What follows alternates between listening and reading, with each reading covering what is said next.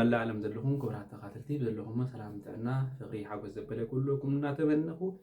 نيلوم وني تقمي زبلنا هي نشي تحسو قصالي كفال مالتي ابز حلفه حق عالم زبل رينا ديرنا مالتي قدام حق عالم 10 حقታት ዝተغير له مزما 10 ክልተ حقታት ንዓቶም ድማ ብዝግባእ ክንፈልጦም ብዝኸኣልና መጠን ህይወትና ይغير ምስ ገዛ ርእስና ንዕርቕ ካብ ሓሊፍና ድማ ምስ ሰባት ኣብዚ ዓለም ንምንባር ከዓ ኣይንሽገርን ኣይንጽገምን ኢልና ነርና ማለት እዩ ምናልባት ኣብዚ ሓለፈ ብዛዕባ ጌጋ ኣብ ጌጋ ዘለና ራእያ ጣምታይ ነርና ንሎም ኸላይ ክፋል ክንሪና ቶም ሰሩፍ 10 ከዓ በመዓልቱም በግዚኦምን እግዚአብሔር ኣብ ዝፈቅደልና ክንሪኦም ክንፍትና ማለት እዩ ናይሎም መዓልቲ ብዛዕባ ማለት ሓደ ግዜ ጥራሕ ዘይኮነስ ብዙሕ ግዜ ብዝብል ማለት እዩ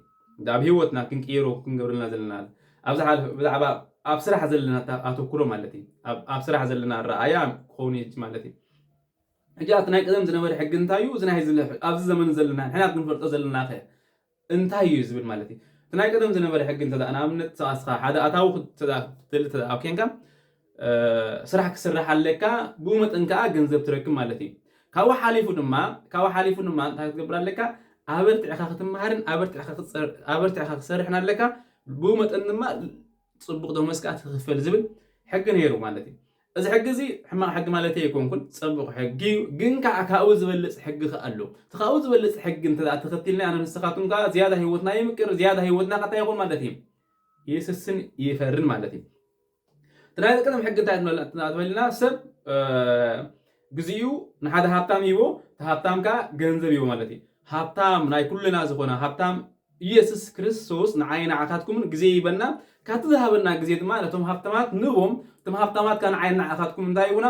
ገንዘብ ይኸፍሉና ማለት እዩ እዚ ክንገብር ተዘይክልና ንኣብነት ክርስቶስ ንዓይና ዓካትኩም ግዜ እንተዘይሂብና ወይ ድማ ፈጣሪ ንዓይና ዓካትኩምን ግዜ እንተዘይሂብና ነቶም ሃብታማት እንህቦ ግዜ ስለ ዘይብልና ኣታው ክንገብር ኣይንኽእልና ማለት እዩ ሕጂ በቲ ዝሃበና ሓፂሩ ኣምላኽ ብዝሃበና ግዜ ብኡ ነቶም ሃብታማት ሞቶም ሃብታማት ከዓ ንዓና ግዜ ይቡና ግን ካብዚ ዝበልጽ ነገር ኣለዎ እቲ ክርስቶስ ዝሃበና ግዜ ተጠቂምና ግና ኣነ ንስኻትኩም ከዓ ህይወትና ንቕይረሉ ህይወትና ምክንያቱ ነቶም ሃብታማት ጥራሕ ንምሃብ ዘይኮነስ ንዕና ባዕልና ክንልወጥን ክንመሓሽን ንኽእሉን መንገዲ ከዓ ኣሎ ተቐዲም እንታይ ኢለ እቲ ናይ ቀዳማይ ሕጊ እንታይ ኢለ ነርና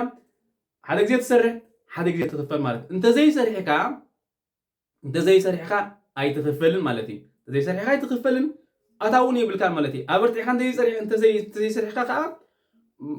ጽቡቕ ደመወዝ እውን ይብልካን ማለት እዩ ኣብዚ ናይ ሕጂ ሕጊ ግን እንታይ ተባሂሉ ሓደ ብዝተፈላለየ መንገዲ ኣታዊ ምግባር ማለት እዩ ንስኻ ብትኽእሎ ማለት እዩ ንኣብነት ብዙሕ ነገር ኣሎ 8 ሰዓት ነስራሕካ ከለኻ ተዳእናይ ኣብ ዩቲዩብ ወይ ኣብ ካልእ ብሓፂሩ ኣብ ፌስቡክ ኩን ኣብነት ዩቲዩብ ፌስቡክ ጽቡቖም ዝኸፍሉ ኣታዊ ንስኻ ንዓኻ ንገዛ ርእስኻ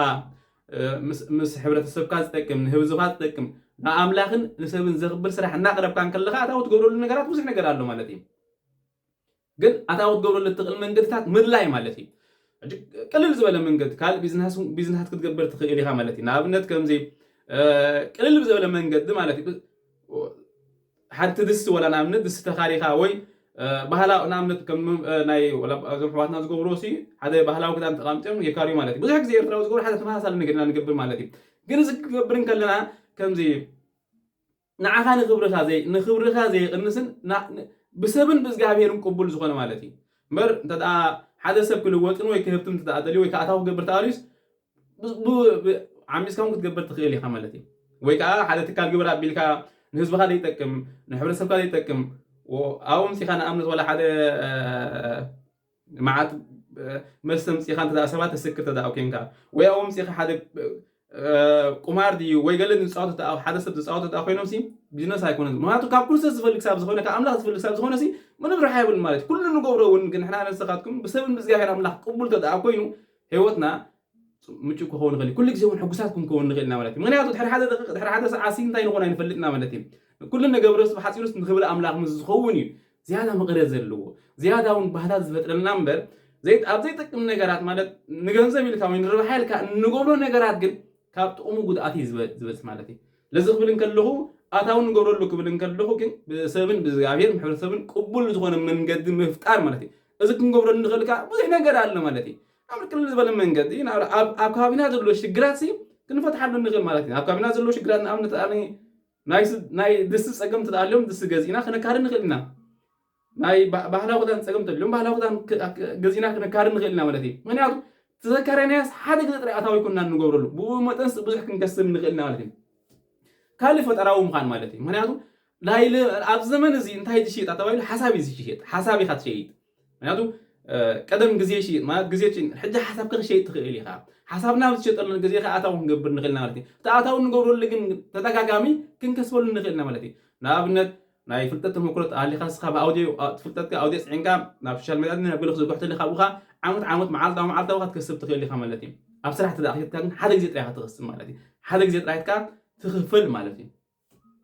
ሓደጋ ምውሳድ ብዙሕ ግዜ ብዘይ ሓደጋ ምውሳድ ዝብል ሰብ ብዙሕ ሰብ ሓደጋ ይወስድን ክወስድካ ኣይደልን ማለት እዩ ሓደጋ ክትወስድ ዘይትእል ትደኣ ኮንካ ግን ለውጢ እውን ኣይተምፅን ኣይተቀየርን ኢኻ ማለት እዩ ሂወትና ንምንባር ንባዕሉ እዛ ሂወትና እዚኣሲ ሓደጋ ዘሎ እያ ኩሉ ግዜ ማለት እዩ ሓደ ደቂ እንታይ ንኾነ ይፈልጥና ግን እቲ ኩሉ ዝኽእል ኣምላኽ ምሳና ክዝሃብ ዘሎ ግን